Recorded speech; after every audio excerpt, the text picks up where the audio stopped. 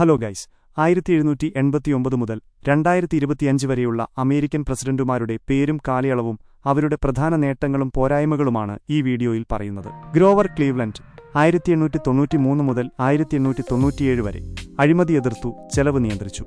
പക്ഷേ സാമ്പത്തിക മാന്ദ്യത്തിൽ പരാജയപ്പെട്ടു. സ്ത്രീയാവകാശങ്ങളെ എതിർത്തു.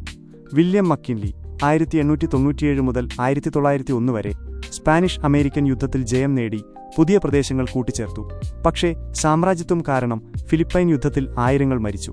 തിയഡോർ റൂസവെൽറ്റ് 1901 മുതൽ 1909 വരെ പരിസ്ഥിതി സംരക്ഷണം, ആന്റിട്രസ്റ്റ് നിയമങ്ങൾ കൊണ്ടുവന്നു. പക്ഷേ സാമ്രാജ്യത്വം പിന്തുണച്ചു. വില്യം ഹോവാർഡ് ടാഫ്റ്റ് 1909 മുതൽ 1913 വരെ കോടതികളെ ശക്തിപ്പെടുത്തി ട്രസ്റ്റുകൾക്കെതിരെ പ്രവർത്തിച്ചു. പക്ഷേ ഡോളർ ഡിപ്ലോമസി കാരണം വിദേശ ചൂഷണമുണ്ടായി.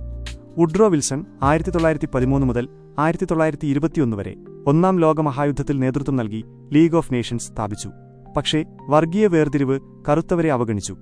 വാറൻ ഹാർഡിംഗ് 1921 മുതൽ 1923 വരെ സമ്പദ്വ്യവസ്ഥ വളർത്തി. പക്ഷേ ടീപോട്ട് ഡോം അഴിമതിയുണ്ടായി. കാൽവിൻ കൂൾഡേജ് 1923 മുതൽ 1929 വരെ ബിസിനസ് വളർത്തി, സാമ്പത്തിക ബൂമുണ്ടായി. പക്ഷേ അസമത്വം വർദ്ധിച്ചു, മാന്ദ്യത്തിലേക്ക് നയിച്ചു.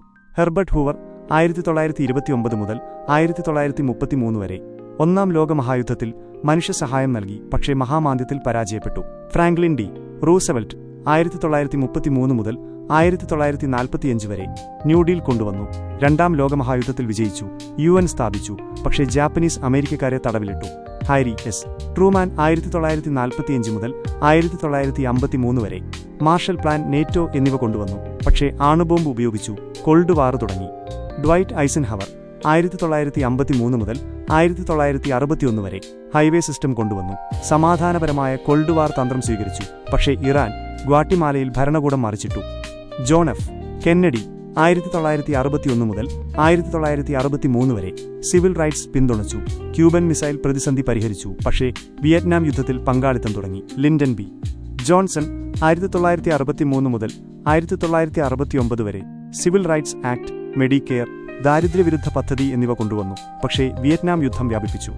റിച്ചാർഡ് നിക്സൺ 1969 മുതൽ 1974 വരെ ചൈനയുമായി ബന്ധം തുറന്നു.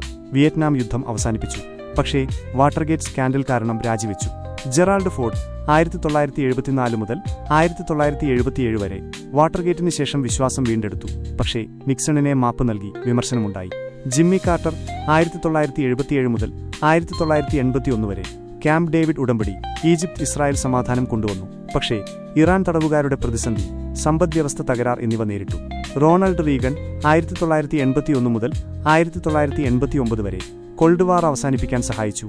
സമ്പദ്വ്യവസ്ഥ വളർത്തി. പക്ഷേ അസമത്വം വർദ്ധിച്ചു. വിദേശ ഡിക്റ്റേറ്റർമാർക്ക് പിന്തുണ നൽകി. George H.W.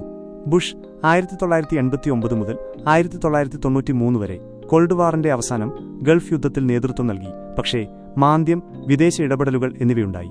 ബിൽ ക്ലിന്റൺ 1993 മുതൽ 2001 വരെ സമ്പദ്വ്യവസ്ഥ ബൂം, ബജറ്റ് ബാലൻസ് എന്നിവയുണ്ടായി. പക്ഷേ നാഫ്റ്റ കാരണം തൊഴിൽ നഷ്ടം, ലൈംഗിക വിവാദം കാരണം ഇംപീച്ച്മെന്റ് നേരിട്ടു. George W. ബുഷ് 2001 മുതൽ 2009 വരെ എയ്ഡ്സ് സഹായം, വിദ്യാഭ്യാസ പരിഷ്കാരം എന്നിവ കൊണ്ടുവന്നു. പക്ഷേ ഇറാഖ് അഫ്ഗാൻ യുദ്ധം, 2008 സാമ്പത്തിക പ്രതിസന്ധി എന്നിവയുണ്ടായി.